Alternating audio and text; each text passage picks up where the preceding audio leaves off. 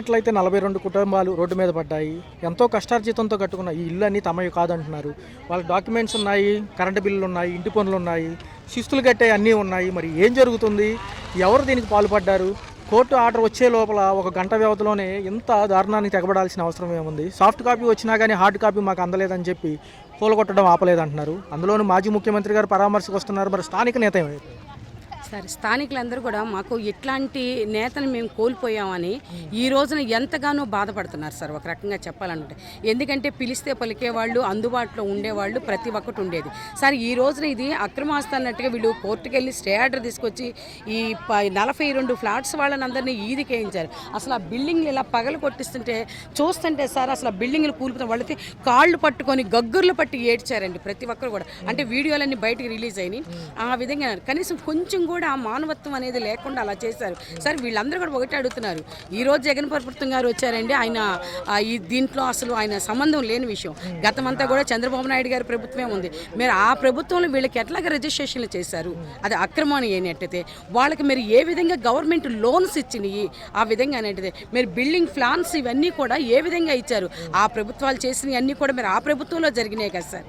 అట్లాంటి ప్రభుత్వంలో అంత అరాజకాలు జరిగించేసుకొని ఈ రోజున మళ్ళీ ప్రభుత్వం వస్తే ఎక్కడో దగ్గర మేము ఏదో ఒకటి చెయ్యాలి, ఉన్నదాన్ని కుళ్ళగొట్టేసుకోవాలి, మేము దోచేసుకోవాలి అనే ఒక ఉద్దేశంతో అమాయక ప్రజలు వీళ్ళు అసలు ఏమీ చేయలేరు. ఇంకంతే, మనం ఏం చేసినా సరే మన హవా నడిచిద్ది. అదేమంటే పోలీసు వారిని దించుతున్నారు. వాళ్ళకి ఎదురెళ్ళే ఓపిక శక్తి పబ్లిక్కి ఎవరికి ఉండదు కదా సార్. అట్లాంటి అదే నాయకులుగా వెళ్తేనే కేసులు పెట్టి లోపలేస్తున్నారు. ఇదంతా వీళ్ళు వీడియోల్లో చూసి ఏ విధంగా వీళ్ళు బయటకు వచ్చి పోలీసు వారిని ఎదుర్కోలేరు. అలాంటప్పుడు వాళ్లే దగ్గరుండి ప్రత్యేకించి అంత పెద్ద బెటాలియన్ తీసుకొచ్చి సాధారణమైన పబ్లిక్ సార్ అట్లాంటి వాళ్ళ మీద వీళ్ళు ఈ విధంగా చేసి అంత చేశారంటే ఇది ఎంత దుర్మార్గమైన పాలనో ఒక్కసారి ఆలకించండి, ఒక్క సెకండ్ ఆ విధంగా ఆలకించండి సార్. అయితే ఈ రోజున నేనంటూ ఉన్నాననేసుకొని ఈ నియోజకవర్గ ఇన్ఛార్జి గారు మరి ఎల్లంపల్లి శ్రీనివాసరావు గారు ఈ రోజున నేనంటూ ఉన్నాను, నియోజకవర్గంలో ఏ ఒక్క అన్యాయం జరిగినా సరే నేను ముందుకు వస్తాను, నేను దాన్ని అరికాడతాను అన్న ఒక ఉద్దేశంతో అందరినీ కూడా పిలిపించి ఇలా చేస్తే జగన్ గారు వస్తున్నారండి. ఇక్కడికి వచ్చిన ప్రతి ఒక్కరు కూడా సార్ స్వచ్ఛందంగా వచ్చారండి. పనులు మానుకొని అవన్నీ మానుకొని కూడాను కేవలం జగన్ గారి కోసమే వాళ్ళు ఆ విధంగా రావడం కానీ జరిగింది. అలాగే వెల్లంపల్లి శ్రీనివాసరావు గారు కూడాను ఈ రోజున నియోజకవర్గాన్ని అంతటి మన నియోజకవర్గంలో ఈ విధంగా జరిగింది, మనకి తోచినంత వరకు మనం న్యాయం చేయాలి, అలాగే చేయాలి. కాకపోతే వీళ్ళందరూ కూడా సరే ఇప్పుడు నేను లోపలికి వెళ్ళి వచ్చానండి స్టేజ్ దగ్గరికి.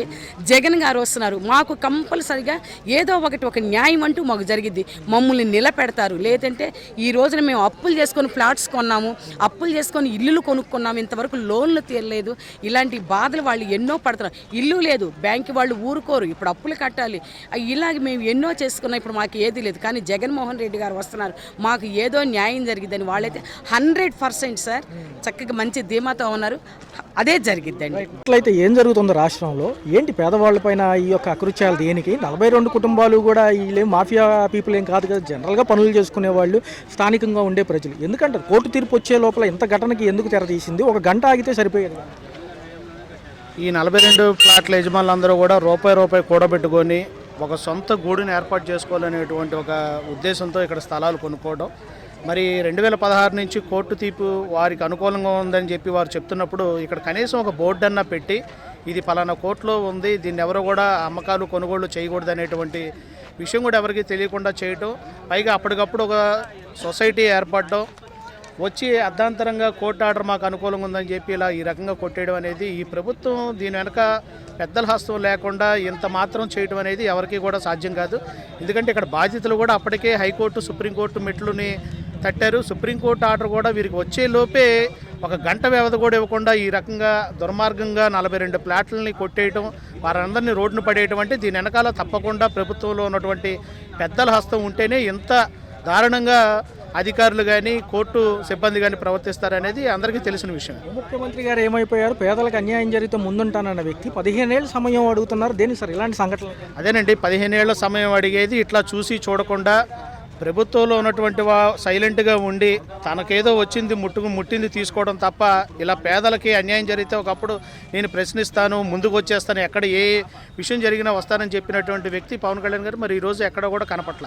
కనీసం వీళ్ళ పట్ల కనీసం స్థానిక ఎమ్మెల్యే కానీ స్థానికంగా ఉండే మంత్రులు కానీ ఎవరు వచ్చి చూడటం కానీ వాళ్ళకి ధైర్యం చెప్పడం కానీ లేదు. వాళ్ళేమి ఎక్కడ ప్రభుత్వ స్థలాల్లో కానీ లేదంటే ఆక్రమించిన స్థలాలు కాదు, వాళ్ళేం కబ్జా చేసినటువంటి స్థలాలు కాదు, రూపాయి కూడబెట్టుకొని కొనుక్కుంటున్నటువంటి స్థలాలు ఈ రోజున రోడ్లు పాలైనటువంటి పరిస్థితి. ఎలా చూడాలి సార్ ఈ ఘటనలన్నీ చూస్తుంటే? నిజంగా ప్రభుత్వానికి చిత్తశుద్ధి ఉందంటారా సామాన్యుల పైన? ప్రభుత్వానికి చిత్తశుద్ధి లేదనేది గడిచిన 18 నెలల పాలనలో చూస్తున్నాం. సంక్షేమ కార్యక్రమాలు కూడా జగన్మోహన్ రెడ్డి గారు ఇచ్చిన కార్యక్రమాలు కొనసాగించలేక దాంట్లో కొర్రలు పెట్టి చేతులు ఎత్తేసిన పరిస్థితిని కూడా చూస్తున్నాం. ఇది 100% పెద్దల హస్తంతో జరిగినటువంటి విషయంగానే అందరూ కూడా భావిస్తూ ఉన్నారు. ముఖ్యమంత్రి గారు రెస్పాన్స్ అయ్యారు, మరి స్థానిక నేతలు రెస్పాన్స్ అవ్వడం తప్పే ఉంది సార్. ఒకసారి అదేనండి, స్థానిక నేతలు ఇంతవరకు కనీసం వాళ్ళకి ఒక ధైర్యం చెప్పేటువంటి కార్యక్రమం కూడా చేయలేకపోవడం అనేది ఇది రాష్ట్రంలో ఉన్నటువంటి ప్రజలందరూ కూడా ఆలోచించలేదు. ఇక్కడ విజయవాడలో 42 ప్లాట్లు ఒక విషయం కాదు, అంటే ఇది పేదవాడి పట్ల మధ్యతరగతి ప్రజల పట్ల ప్రభుత్వం యొక్క వైఖరిని వాళ్ళు స్పష్టంగా తెలియజేశారు ఈ సందర్భంగా. అంటే ఎవరు ఎటుపోయినా కూడా మేము ఎటు మాత్రం పట్టించుకోము, మాకు కావాల్సింది కార్పొరేట్ పీపుల్, మాకు కావాల్సింది వ్యాపారవేత్తలు అనేటువంటి ధోరణిని ఈరోజు ప్రభుత్వం స్పష్టంగా ఈ విధానం ద్వారా తెలియజేసింది. స్థానిక సంస్థల ఎన్నికలు త్వరలో ఉన్నాయి, ఒక పక్క చూసుకుంటే ప్రజలు గమనిస్తున్నారు. 2029 కూడా ప్రజల యొక్క మనోభావాలు ఎలా ఉండబోతున్నాయి, ఈ యొక్క రేపు చూసుకుంటే మున్సిపాలిటీలు కానివ్వండి, గ్రామ పంచాయతీ ఎన్నికలు కానివ్వండి ఎలా ఉండబోతున్నాయి? ఇప్పటికే ప్రజలందరికీ కూడా 18 నెలల పాలన పైన పూర్తిగా ఒక అర్థమైతే అయిపోయింది. ఇది పేద మధ్యతరగతి చిన్న సన్నకారు యొక్క ప్రజల యొక్క ప్రభుత్వం కాదు, కేవలం ఇది కార్పొరేట్ ప్రభుత్వం అనేది సాధారణ మధ్యతరగతి ప్రజలందరికీ కూడా ఇప్పటికీ అర్థమైంది. కేవలం ఆ రోజు జగన్మోహన్ రెడ్డి గారి కన్నా ఇంకా ఎక్కువ సంక్షేమ కార్యక్రమాలు ఇస్తామనేటువంటి ఒక మాటని వాళ్ళ యొక్క ఆశతో ఓటేసినందుకు ఈరోజు మోసపోయినటువంటి పరిస్థితికి ఇప్పటికీ రాష్ట్రంలో ఉన్నటువంటి అన్ని వర్గాల వారు ఇప్పుడు ఈరోజు చూడండి, చిన్న వ్యాపారస్తులు కానీ చిన్న షాపుల వాళ్ళు కానీ వ్యాపారాలు లేక రోజువారీ పనులు చేసుకునే వాళ్ళు కూడా ఎంత ఇబ్బంది పడుతున్నారు అనేది ఇప్పటికే ప్రజలందరికీ కూడా అర్థమైన పరిస్థితి. రైతులకు సంబంధించి చూస్తే గిట్టుబాటు ధర గతంలోనే మాకు వచ్చింది, రైతు భరోసా కేంద్రాలు మాజీ ముఖ్యమంత్రి గారి హయాంలోనే. ఇప్పుడు చూసుకుంటే కనుక దానికి సంబంధించి దళారీ వ్యవస్థ మళ్ళీ ఇన్వాల్వ్ అయింది. 13,1250 బియ్యం ఒడ్డు బస్తా ఒడ్డు అంటున్నారు సార్. ఏం జరుగుతుంది? గతంలో అంత రేట్ ఇచ్చినప్పుడు ఇప్పుడు ఇవ్వడానికి ఇప్పుడు గతంలో మీరు చూశారు, ఆర్బీకేల ద్వారా ఎక్కడికక్కడ రైతుల యొక్క రేట్ ఎట్లా ఉంది, విత్తనాలు ఎలా ఉన్నాయి, కనీసం యూరియా కూడా ఇచ్చేటువంటి పరిస్థితిలో ఈ ప్రభుత్వం లేదు. స్వయంగా ముఖ్యమంత్రి గారి సొంత నియోజకవర్గంలో కూడా రైతులు కిలోమీటర్ల బారులు తీరినటువంటి పరిస్థితి యూరియాకి. కాబట్టి ప్రభుత్వం ఇది రైతుకి వ్యతిరేకం అనేది చంద్రబాబు గారు ఫస్ట్ నుంచి కూడా రైతుకు వ్యతిరేకం అనేది అందరికీ కూడా తెలిసిన విషయమే. ఈరోజు చూస్తున్నారు జగన్మోహన్ రెడ్డి గారు అటు మామిడి పంటల గురించి కానీ మిర్చి పంటల గురించి కానీ మిర్చి రైతులను కలవడానికి వెళ్ళినప్పుడు జనం కూడా అసలు అడ్డు అదుపు లేకుండా వచ్చేటువంటి ప్రజానికాన్ని కూడా స్వచ్ఛందంగా వచ్చేటువంటి పరిస్థితి చూస్తున్నారు. అంటే ప్రజలు కూడా ఒక పొరపాటు చేసాం, మనం ఏదో ఆ రోజు ఒక ఆశపడి చేసినందుకు ఈరోజు వాళ్ళకి ఎదురయ్యేటువంటి పరిస్థితులన్నీ కూడా వాళ్ళు పూర్తిగా వాళ్ళకి అవగాహన అయింది అనేది అర్థమవుతా ఉంది. అంటే ఒక పక్క 18 నెలల కుటుంబ ప్రభుత్వ పాలనలో మేము అప్పులు చేసి జీతాలు ఇవ్వాల్సి వస్తుందన్నారు. గతంలో ఇదే విషయంలో జగన్మోహన్ రెడ్డి గారు 5వ తారీఖు దాటిందనగానే ఈయన మీద ఎక్కేసేవాళ్ళు వీళ్ళు. 1వ తారీఖు గవర్నమెంట్ ఆఫీసులు జీతాలు పట్టలేదని. ఇప్పుడు చేసింది ఏంటి? రెండోది అమరావతి విషయంలోనే ముట్టికాయలు పడ్డాయి. ఏం జరుగుతుంది సార్? అందులో ప్రజెంట్ ఈ రోజు చూసుకుంటే మాజీ ముఖ్యమంత్రి గారు వస్తున్నారు కానీ స్థానిక నేత రాలేదు. ఇంతవరకు కూడా 42 కుటుంబాలను ఆదుకోలేదు. కోర్టు కాపీ వచ్చే లోపల జరిగిన ఈ యొక్క ఇన్సిడెంట్ మీరు ఎలా చూస్తారు? సంపద సృష్టిస్తా అని చెప్పి ప్రజలకు మోసపూరిత హామీలు ఇచ్చి అధికారంలోకి వచ్చిన చంద్రబాబు నాయుడికి ఎన్ని విధాలుగా చెప్పినా ఆయనకి అర్థం కాదనే పరిస్థితి ఇప్పుడు కనబడుతుంది. ఉదాహరణకి నేను ఉన్న పథకాలు ఏమీ తీయను, సంపద సృష్టిస్తా, అమరావతిని డెవలప్ చేస్తా అని తప్పుడు ఒప్పందాలతో అధికారంలోకి వచ్చి ఇప్పుడు ప్రజల్ని గాలికి వదిలేసిన పరిస్థితి మనం చూస్తున్నాం. ఉదాహరణకు చూస్తే ఇప్పుడున్న ఈ ఏరియాలో ఉన్న 50 ఇళ్ళు 100 ఇళ్ళు ఏవైతే ఉన్నాయో వీటిని తీసేసిన విధానం చూస్తుంటే పేదలకు ఏం మేలు చేస్తున్నారు అనేది ఇక్కడ పెత్తందారుల పాలన కనబడుతుంది. కానీ పేదలకు మేలు చేసే పాలన అనేది ఎక్కడా కూడా కనిపించిన పరిస్థితి మనం ఇప్పుడు ఈ విధంగా లైవ్లో చూస్తున్నాం. ఇప్పుడు జగన్మోహన్ రెడ్డి గారు వచ్చే కార్యక్రమం కూడా వాళ్ళు చేసిన విలువలేని పనులకి ఇప్పుడు ఏం చేయాలనే దానికి నుంచే జగన్ గారు ఇప్పుడు రావడం జరుగుతుంది. దాని గురించి ఎదురు చూస్తున్నాం మేము కూడా. పేద బడుగు బలహీన వర్గాలకి ఇల్లు ఇస్తామని చెబుతున్నారు. ఒక పక్క చూస్తే ఇక్కడేమో దానికి క్వైట్ ఆపోజిట్గా ఇల్లు పడేస్తున్నారు. వీళ్ళకి స్థానికంగా చూస్తే ఇంటి పన్నులు ఉన్నాయి, కరెంటు బిల్లులు ఉన్నాయి, రసీదులు ఉన్నాయి, ఎప్పటి నుంచో స్థానికంగా నివసిస్తున్న డాక్యుమెంట్స్ ఉన్నాయి, రిజిస్ట్రేషన్ అయినాయి. మరి ఎవరు సార్ ఎవరున్నారు దీని మీద? ఒక మాట చెప్పాలంటే జగన్ గారు గవర్నమెంట్లో జగన్ గారి పరిపాలనలో ఉన్నప్పుడు 30 లక్షల ఇళ్ల పట్టాలు ఇచ్చినప్పుడు ఆ ఉన్న ఇళ్ల పట్టాలకి వీరు ఇచ్చినట్టుగా ఇప్పుడు శంకుస్థాపనలు చేసే పరిస్థితి, దుర్మార్గమైన పరిస్థితిని మనం ఇప్పుడు చూస్తున్నామంటే దానికంటే వేరే నిదర్శనం ఇంకా చెప్పుకోని అవసరం లేదు. ఇప్పుడున్న పేద ప్రజలకు ఏం మేలు చేస్తాననేది కూడా వీళ్ళ దగ్గర సమాధానం లేదు. ఈ అన్నింటినీ చూస్తుంటే ఇక 2029లో వీళ్ళకి తప్పకుండా మూల్యం చెల్లించుకోవాల్సిన పరిస్థితి వస్తుందని అర్థమవుతుంది. త్వరలో స్థానిక సంస్థల ఎన్నికలు ఉన్నాయి సార్, ఇటుపక్క మున్సిపాలిటీలతో పాటు పంచాయతీ ఎన్నికలు ఉన్నాయి. ప్రజలందరూ చూస్తున్నారు సంక్షేమ పథకాల ఒక వ్యవహారం ఏమైంది, ఆడబిడ్డ నిధి ఏమైంది, నిరుద్యోగ భృతి ఏమైంది, వీళ్ళంటే సూపర్ 6 అయిపోయినట్టే అంటున్నారు. ఒకటే అండి, సంపద సృష్టిస్తాను ఉన్న జగన్మోహన్ రెడ్డి గారు ఇచ్చిన సంక్షేమ పథకాలు ఏమీ తీయకుండా అన్నీ అమలు చేస్తూ మేము సంపద సృష్టించి ఇంకా పేదలకు పంచుతానని చెప్పిన చంద్రబాబు నాయుడు ఏమీ చేయలేడని ఇప్పుడు క్లియర్గా అర్థమవుతుంది జనాలకి. 2029లో తగిన బుద్ధి చెప్తారు జనాలు. కేంద్రానికి సంబంధించి ఏదైతే అమరావతి బిల్లు పంపించినా 2014 నుంచి కుదరదు, ఏదైతే చట్టభద్రత కల్పిస్తామో మీరంతా అవకతవకలుగా ఉంది. ఉమ్మడి రాజధాని ఉన్నప్పుడు మీరెందుకు రాత్రి ఇక్కడికి వచ్చేసారు? 10 ఏళ్ళు ఉమ్మడి రాజధాని కదా, ఆళ్ళు ముట్టుకాయలేశారు. ఏం జరుగుతుంది ఇప్పుడు? దాన్ని ఏమంటారు, చట్టబద్ధంగా గెజిట్లో చట్టబద్ధంగా అమరావతికి నిధులు సమకూర్చడం జరిగింది, నిధులు శాంక్షన్ చేయడం జరిగింది. ఇప్పుడు జగన్మోహన్ రెడ్డి ఇన్ని పథకాలు ఇచ్చి 3 లక్షల కోట్లు అప్పు చేస్తే ఈ కూటమి ప్రభుత్వం వచ్చిన 18 నెలల్లోనే 3 లక్షల కోట్ల రూపాయలు అప్పు చేశారు. ఏం చేశారనేది జనాలకి చెప్పలేని పరిస్థితి కనబడతా ఉంది ఈ కూటమి ప్రభుత్వ పాలనలో. నారాయణ గారు అయినా నేను 2వ దశ ల్యాండ్ పూలింగ్కి వెళ్తాను, మీరు వచ్చి భూములు ఇస్తే మామూలు ఉంటుంది, లేకపోతే మేము బలవంతంగా తీసుకోవాలని ఆయన అంటున్నారు. ఇప్పుడు నారాయణ గారికి ఉన్న ఆస్తులన్నీ అమరావతి రాజధాని ఏరియాలోనే కొన్నారు. దాన్ని ఇది చేసుకోవాలంటే ఇలాంటివి చెప్పకపోతే ఆయనకి పబ్బం గడవదు కాబట్టి ఇలాంటి మాటలే మాట్లాడతారు. ప్రజలు చూస్తున్నారు ఈసారి 2029 ఎలా ఉండబోతుంది. ఇప్పుడు చూసుకుందంతా బూటకంగా అనిపిస్తుందా, లేకపోతే నిజంగా వీళ్ళు అమలు చేశారు? ఇప్పుడు 2029లో ప్రజలు 2019లో ఏ రకంగా అయితే జగనన్న నమ్మి ఓట్లేసి గెలిపించారో ఆ విధంగా జగనన్న నిలబెట్టుకుని 2024 వరకు పాలన చేశారు. ఇప్పుడున్న పరిస్థితిలో కూటమి ప్రభుత్వం ఆ విధానం ఎక్కడా కనబడలేదు కాబట్టి 2029లో ఖచ్చితంగా జనాలు మళ్ళీ 2019 మాదిరిగానే జగనన్నను గెలిపించి మరోసారి అవకాశం ఇస్తారని అనుకుంటున్నాం. చూస్తే ఏంటి పరిస్థితి ఏంటి? 42 కుటుంబాలు కూడా రోడ్డు మీదకి వచ్చాయి. ఈ ఘటనకు కారణం ఏంటి? స్థానిక నేతలు ఎందుకు రావట్లేదు? మాజీ ముఖ్యమంత్రి గారు పదవిలో లేకపోయినా కానీ 2 సార్లు క్యాంప్ ఆఫీస్లో హామీ ఇచ్చారు, న్యాయం చేస్తానని ఈరోజు పరామర్శకు వస్తున్నారు. ఏం జరుగుతుంది? నార్మల్గా మనం చూసుకుంటే ఇక్కడ వచ్చేసి అన్ని మున్సిపాలిటీకి సంబంధించిన అన్ని డాక్యుమెంట్స్ వాళ్ళ దగ్గర ఉన్నాయి. అసలు అయితే ఈ ల్యాండ్స్ గవర్నమెంట్ వాళ్ళకి చెందినప్పుడు వాళ్ళు పర్మిషన్ అనేది ఇవ్వకూడదు. ఇవ్వనప్పుడు మనం ఏం చేయాలంటే ఇక్కడ ఇవ్వకోకుండా వాళ్ళని కట్టుకోవద్దు అని కూడా చెప్పాలి.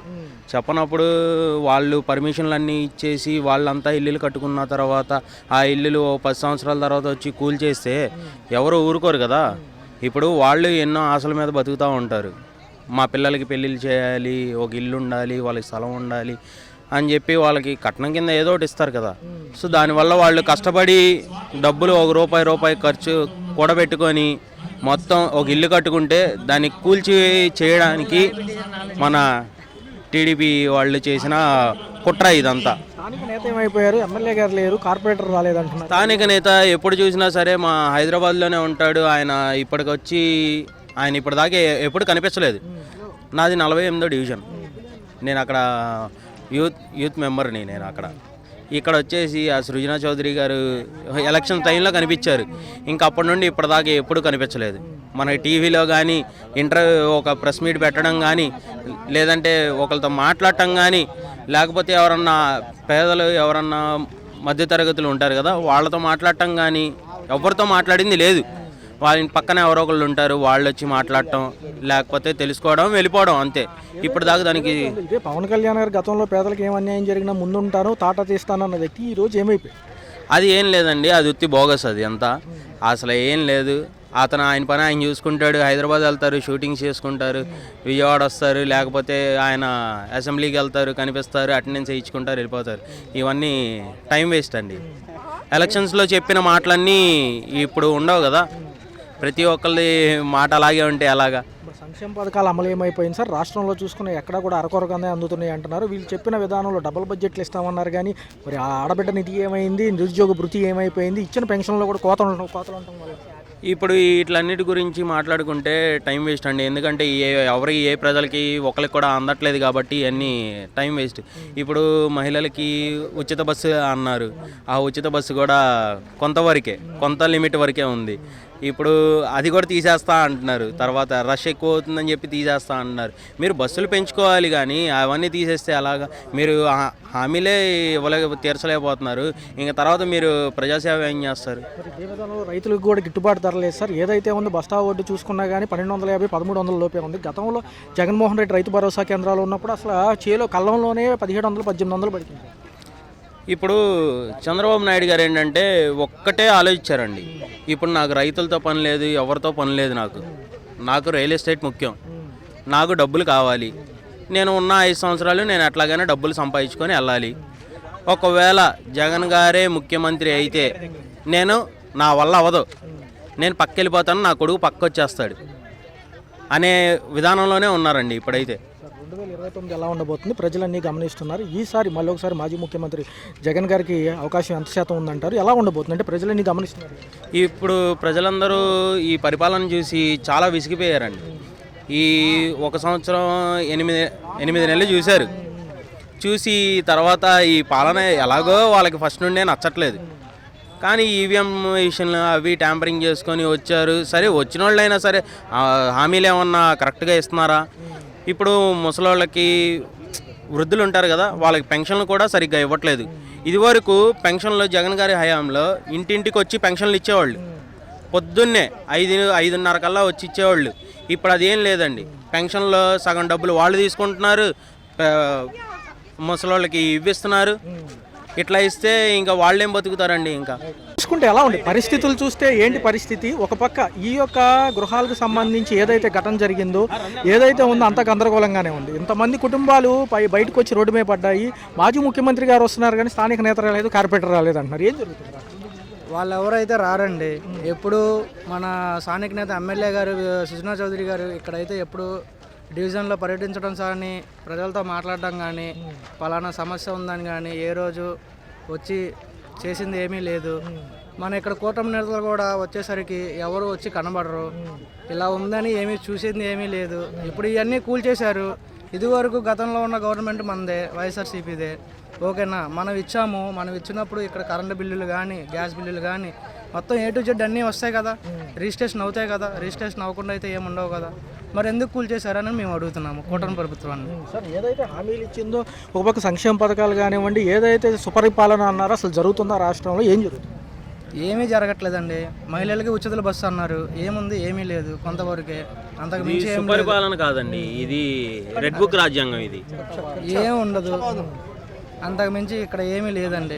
జగన్ గారు ఏమయ్యారు? అన్నిటికీ ముందుంటానంటున్నారు కదా, మొదటి నుంచి కూడా తాటా తీస్తా పేదవాడికి నేను అన్యాయం జరగనివ్వను అన్నారు. మరి 42 ఇల్లు కూలగొడుతుంటే ఆ రోజు ఏమయ్యారు?